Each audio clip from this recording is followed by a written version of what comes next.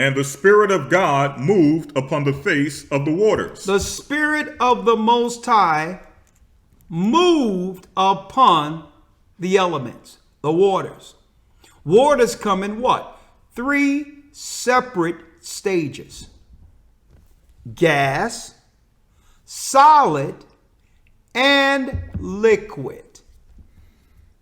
You're going to find out today that the earth being created had to go through all 3 stages. Right? Gas, solid, liquid.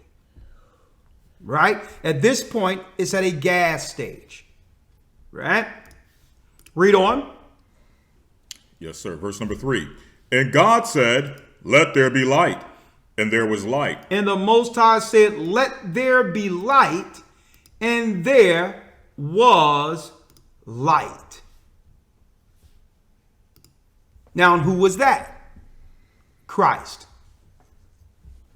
E equal MC squared. Right? So scientists even know that there's a light that's being shined throughout the universe into the earth outside of the sun and or moon. Scientists even know this. See? So where's that light coming from? Scientists refuse to tell the students in school because they want to change you or turn you into atheists or unbelievers, which is almost no different than Satanists. If they were to tell you the truth that light is coming from someplace, common sense will tell an intelligent person, or have an intelligent person ask, well, who turned the light on? Where is the light coming from? They don't want you asking these questions. They'll just tell you the light is just there. And this is why pagans, you see it through all their religious institutions, they'll worship the sun and they'll worship the moon. Right? These are key points of worships amongst the Gentiles. You see the crescent moon and all that in Islam. You'll see the sun with the Pope holding the sun. Right?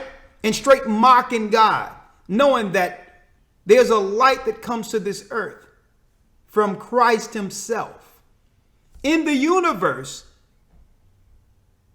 And that light has been shining before the sun and the moon. Let me show y'all something here real quick.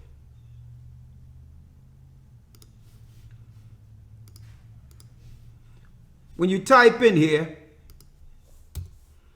E equal MC squared, Einstein. Right?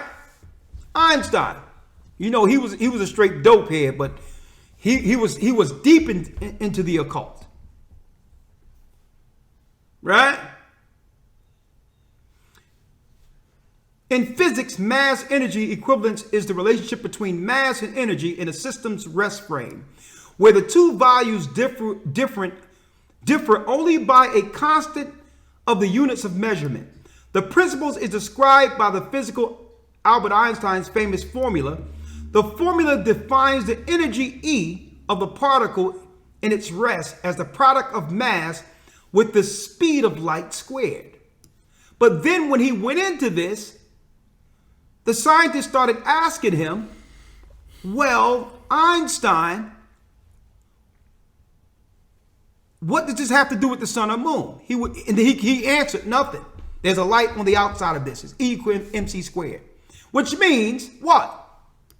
Like you see this light here. There's a light coming from somewhere that no one is telling people about. Well, we know what it is. It's the sides of the north. It's heaven. It's heaven. But who turned on the light before the sun and moon?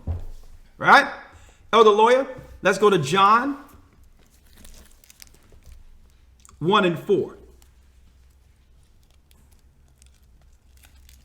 St. John 1, verse number 4. St. John 1, verse 4. Let's read that. In him was life, and the life was the light of men. In him was life, Christ from the beginning. The Most High Holy Spirit life. And the life was the light of men. That was Christ shining on the face of the deep. The Bible. Is it hard to understand? When it comes to reading the Bible, the first thing that comes to mind is the fact that this is the Word of God. The seals have been broken, and the truth is here.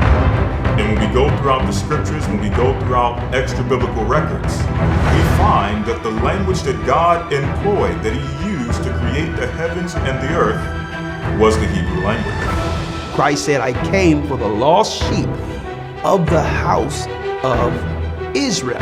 But yet no one, no religious leader, no religious church out there anywhere can now identify the 12 tribes of Israel. Can we? God is quite simple, but it seems as if man makes understanding Him hard. What are those mysteries? The truth of your book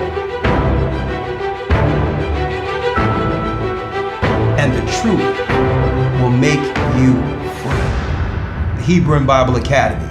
You're invited.